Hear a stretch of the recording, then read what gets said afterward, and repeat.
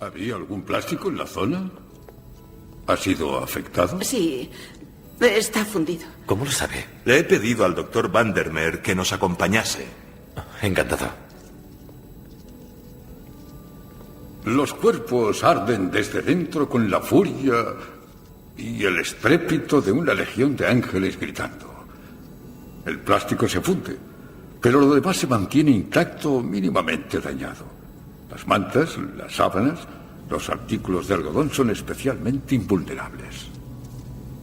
El cuerpo humano es el motor de combustión de encendido eléctrico más complejo y sorprendente que pueda imaginarse. Resulta difícil entender la combustión espontánea. No reaccionaríamos del mismo modo, por ejemplo, ante una radio que ardiese.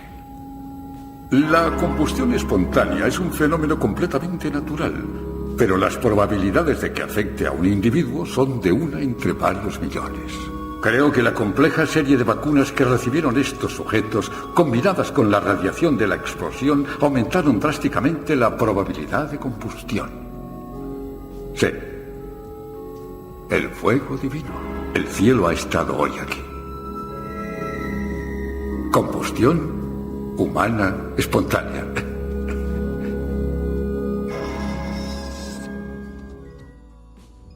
El fuego de los dioses. No me extraña que lo denominasen así, porque es lo que parece de los miles de millones de seres humanos, de repente un dios vengativo o caprichoso decide señalar a uno de nosotros con el dedo y sin motivo aparente, sin causa justificable, hacerlo arder, convertirlo en una llamarada que lo consume por completo. No me extraña que lo llamaran así, porque qué mejor demostración de poder.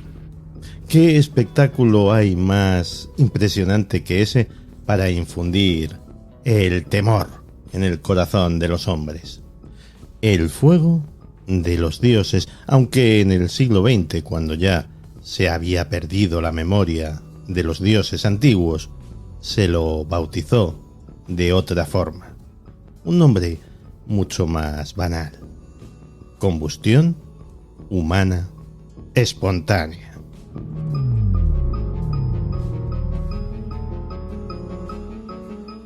La combustión humana espontánea es un fenómeno inexplicado en el que un cuerpo humano es reducido enteramente a cenizas en un periodo de pocas horas.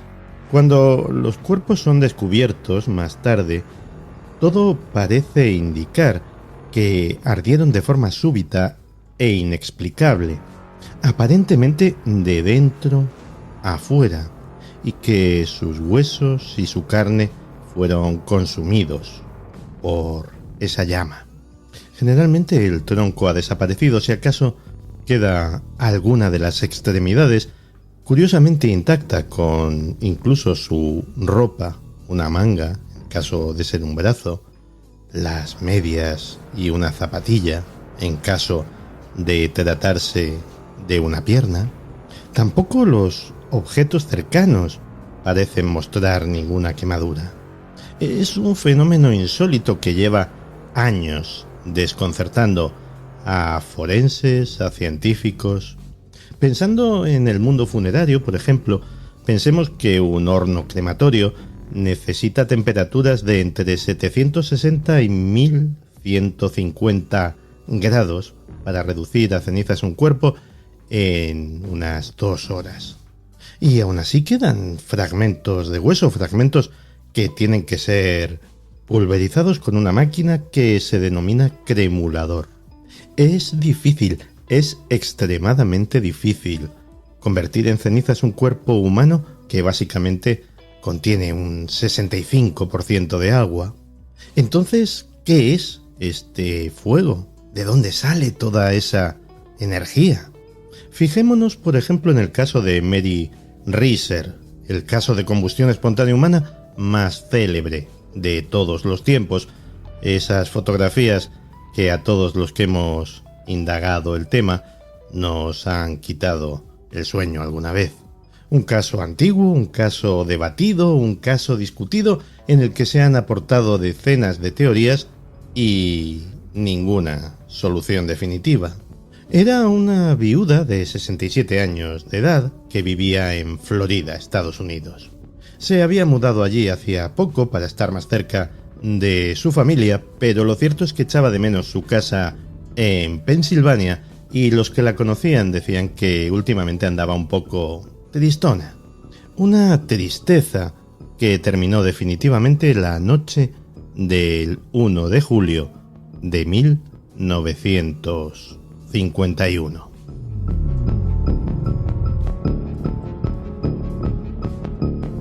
De sus 77 kilos de peso solo quedaron un montoncito de cenizas, un cráneo diminuto que parecía haber sido encogido por alguna tribu de reductores de cabezas, un pie todavía enfundado en una zapatilla y una vértebra. Nada más. La mecedora en la que presuntamente estaba sentada también había desaparecido. Pero solo eso, nada más. El resto del apartamento parecía sorprendentemente intacto. Aparte del humo que había ennegrecido el techo y del montón de cenizas que eran los restos mortales de aquella mujer, no había ni un solo rastro de que allí se hubiese producido fuego alguno. Una pila de periódicos que había junto a la mecedora no estaba ni siquiera chamuscada. El papel pintado de las paredes estaba como el primer día. Nadie notó absolutamente nada. La casera y su hijo, que vivían en el mismo edificio, solamente atestiguaron que escucharon un sonido como el de una puerta cerrándose violentamente y tal vez un leve olor a humo. Nada más. Fue precisamente la casera la que al día siguiente descubrió el cadáver. La puerta del apartamento estaba todavía algo caliente y había algo de hollín en el pasillo. El veredicto oficial fue que la señora Reiser se había quedado dormida fumando y que un cigarrillo habría prendido fuego en sus ropas o bien en la mecedora. Algo había que decir, qué duda cabe, pero la explicación, vistas las características extrañas del fuego, no es demasiado convincente. Se dio la circunstancia de que por aquellos días se encontraba en Florida el doctor Wilton M. Krogman, profesor de antropología física y un experto de talla mundial en los efectos del fuego sobre el cuerpo humano, y cuando tuvo ocasión de examinar el caso se quedó sorprendido. Jamás había visto ni había oído de cosa semejante. Estableció que la temperatura necesaria para consumir el cuerpo de la señora Reiser, para consumirlo de tal manera que no quedasen ni los huesos, debía de ser superior a los 1600 grados. El problema es que una fuente de calor así hubiese quemado el edificio hasta sus mismos cimientos.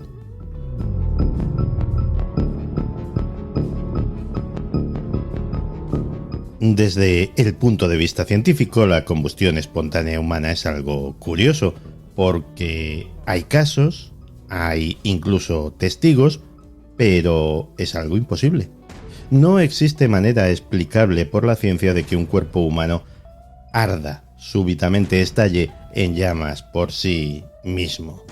Una explicación generalmente aceptada es la del llamado efecto vela.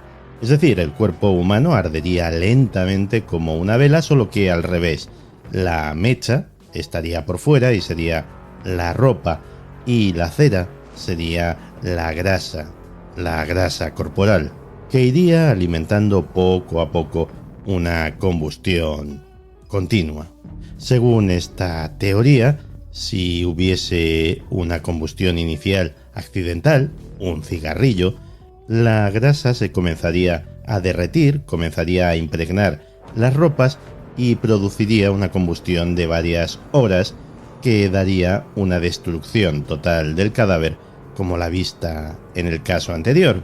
Se han hecho experimentos para intentar demostrar esta teoría utilizando cadáveres de cerdos envueltos en sábanas y ni siquiera utilizando acelerantes, es decir, empapando el cuerpo en gasolina, se obtiene una destrucción semejante a la obtenida en los casos históricos de combustión espontánea humana. Así que si la ciencia nos comienza a fallar, pues empezamos a aportar teorías alternativas, algunas que recurren a la magia negra, al misticismo, a la kundalini, al tumo, que es la capacidad de los monjes budistas de aumentar la temperatura corporal y de esta manera soportar, por ejemplo, temperaturas bajísimas estando sin ropa y cubiertos de hielo. Pero hay una teoría especialmente curiosa, o que a mí me ha llamado la atención, que es la del suicidio subconsciente. Veréis, resulta que una cualidad común a la mayoría de las víctimas es que son todas personas solitarias, personas depresivas. Si a eso le añadimos que hay muy pocos o prácticamente ningún caso de este tipo descrito en animales, y que la mayor diferencia que tenemos con nuestros compañeros de planeta es precisamente la complejidad de nuestra psique, alguno ha pensado que esta psique podía tener algo que ver en el asunto.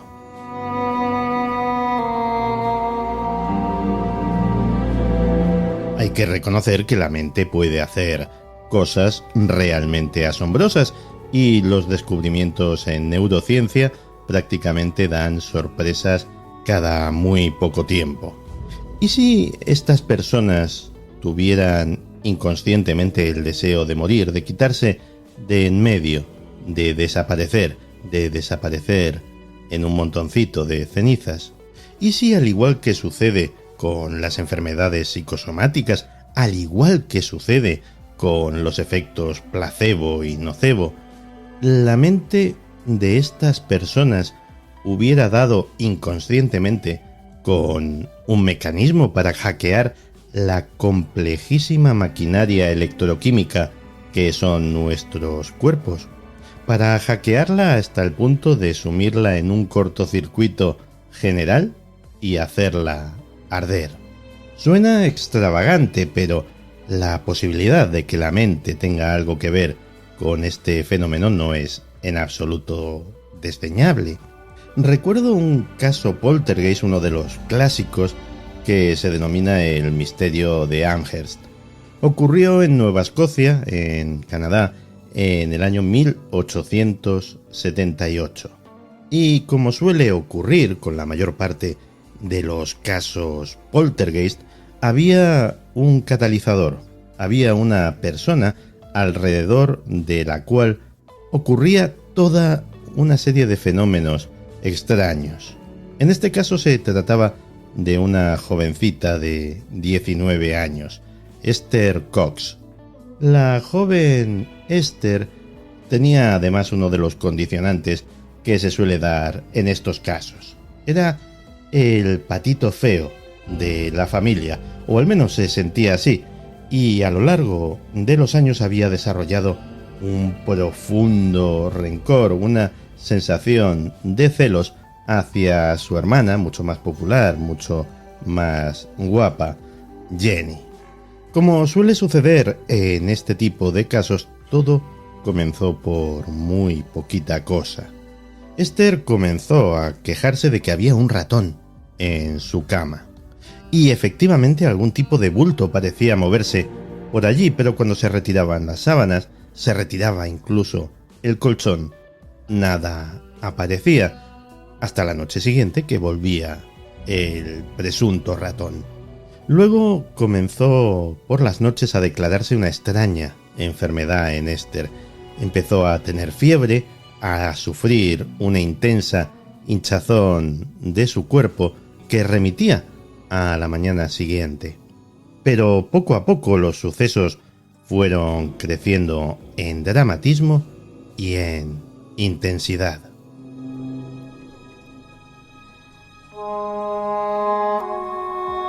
La fiebre y la hinchazón fueron repitiéndose prácticamente cada noche, pero con una novedad. Empezaron los ruidos. Primero golpes de origen desconocido, pero luego esos golpes se convirtieron en sonidos de tal volumen, de tal intensidad, que eran confundidos con truenos. Truenos que parecían provenir de debajo de la cama de la joven.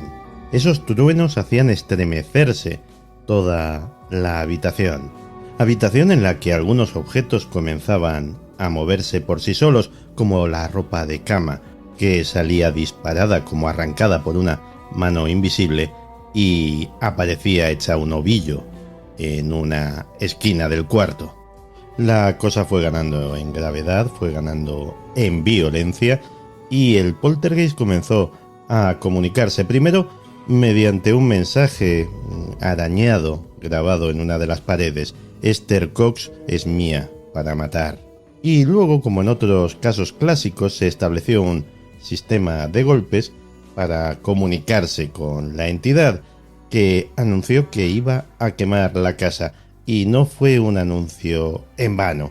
Comenzaron a aparecer pequeños fuegos que eran rápidamente extinguidos por la familia, pero que la mantenían en un estado de miedo e inquietud continuos.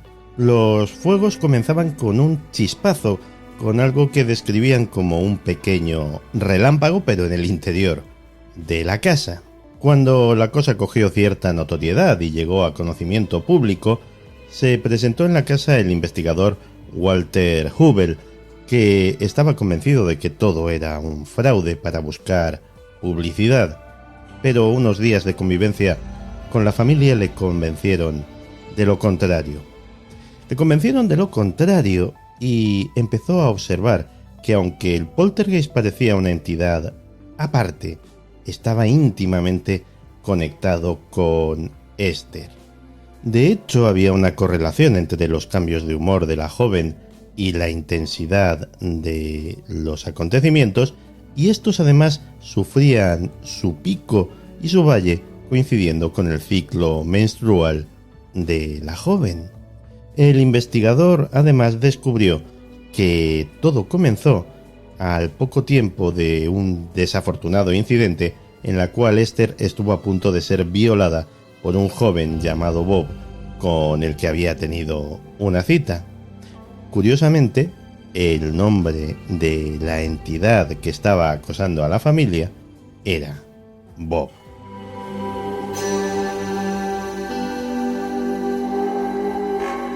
Los sucesos extraños continuaron atormentando a Esther hasta que se casó y tuvo un hijo, y el resto de su vida discurrió en la más absoluta normalidad. La fuerza de la mente, el inconsciente, a raíz de un acontecimiento traumático, tiene la capacidad, en según qué casos, de generar todo este tipo de procesos, de fenomenología extraña, incluidos los fuegos inexplicables. Desde luego es una posibilidad hacia la que apunta mucha de la casuística de estos poltergeists de fuego. Muchos de ellos los repasamos en el programa 61 de la pasada temporada, por si queréis hacer un repasito. Y en muchos de estos casos la presunta causante o la presunta catalizadora, y no es por ser sexista, es que en la mayor parte de los casos resulta ser una mujer, es también la principal víctima.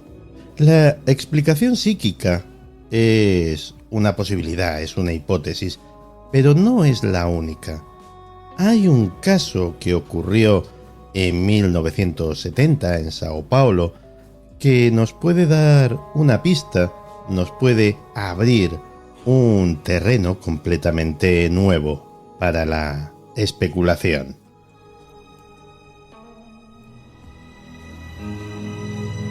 Este era uno de estos casos de poltergeist de fuego, pero se dio la particularidad de que la policía local, las autoridades, fueron testigos de cómo se originaba uno de estos fuegos. Concretamente, un montón de ropa recién lavada y todavía húmeda, que comenzó a arder por sí sola. Y lo que describen es curioso, porque vieron como algo desde dentro parecía resplandecer, parecía que un punto luminoso se estaba generando en el interior de aquel montón de ropa que luego estalló súbitamente en llamas. Y eso nos recuerda muchísimo precisamente a algo que se da en los casos de combustión espontánea humana, que es que en la mayor parte de ellos se informa de que el fuego fue de dentro hacia afuera. Hay un fenómeno meteorológico que hasta hace nada formaba parte de estos días extraños, porque no estaba reconocido. Hasta los 60 no se reconoció la existencia de los rayos globulares, de los rayos en bola. Son esquivos, extremadamente raros, esferas luminosas que tienen comportamientos tan extraños como colarse en las casas atravesando las paredes, o bajando por las chimeneas, o comprimiéndose por el ojo de una cerradura, aparecer dentro de aviones, dejar agujeros en los paneles de vidrio que atraviesan y quemar cosas, quemar objetos, quemar plantas, quemar animales o quemar a personas. No estamos hablando de quemar como en el caso de una combustión espontánea, sino de provocar algún tipo de quemadura. Sin embargo, desde que en la década de los 60 se admitió la existencia de los rayos en bola, ha habido investigadores que intentan establecer una conexión entre ambos fenómenos, las combustiones humanas espontáneas y estos rayos globulares. La primera pista nos la podría dar un caso apócrifo que no ha podido ser verificado de 1961 en Estados Unidos. El reverendo Savage, un clérigo, relataba que en su congregación se había dado uno de estos casos de combustión humana espontánea. Uno de sus feligreses había perdido de esta forma a su esposa, pero lo que contaba este hombre era que él había sido testigo, había presenciado el cuerpo de su esposa arder sin poder hacer absolutamente nada, y que sobre él había una esfera luminosa, y que cuando finalmente se extinguieron las llamas, efectivamente del cuerpo de su mujer no quedó nada, pero nada de la habitación, ni siquiera la ropa de cama, había sido afectado por el incendio. Mucho más documentado está un caso ocurrido en 1886 en Crawford, Indiana. Los vecinos vieron entrar lo que describían como una bola de fuego por la ventana de la casa de uno de los habitantes del pueblo, y cuando finalmente se decidieron a intervenir a ver qué había sucedido, se lo encontraron reducido a un montoncito irreconocible de cenizas. Y hay muchos más casos que parecen asociar estos dos fenómenos.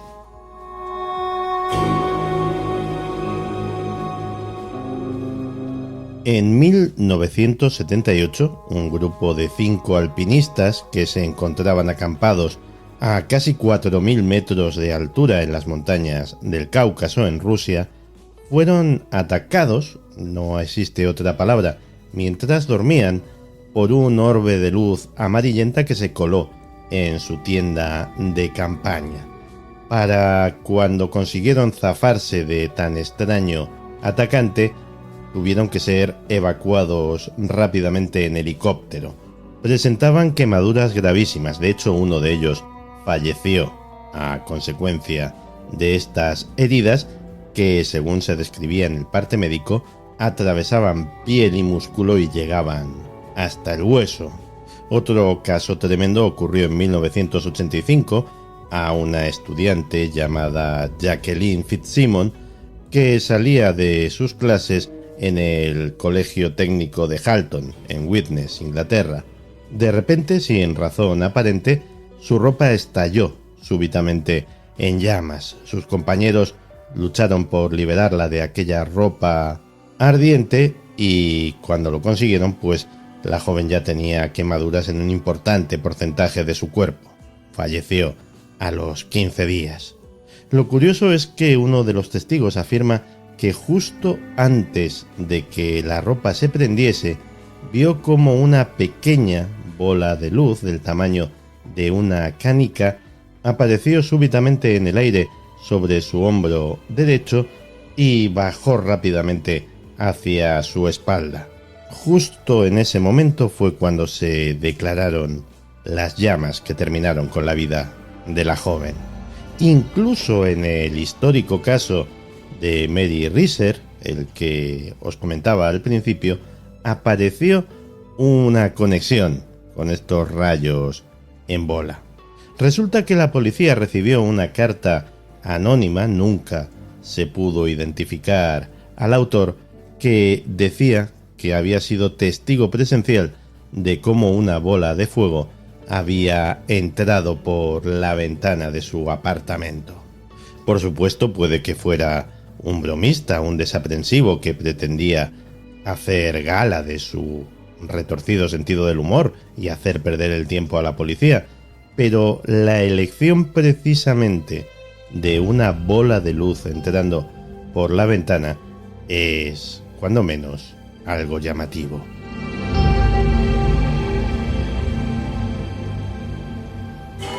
El fenómeno está ahí, el fenómeno existe, el fenómeno incluso se ha dado delante de testigos. ¿Lo produce la mente? ¿Lo produce un fenómeno físico como estos rayos en bola? O podemos ponernos incluso más retorcidos. ¿La mente produce un fenómeno físico como los rayos en bola? Podría ser, todo podría ser, pero que el fenómeno está ahí es innegable. Y de hecho sigue sucediendo.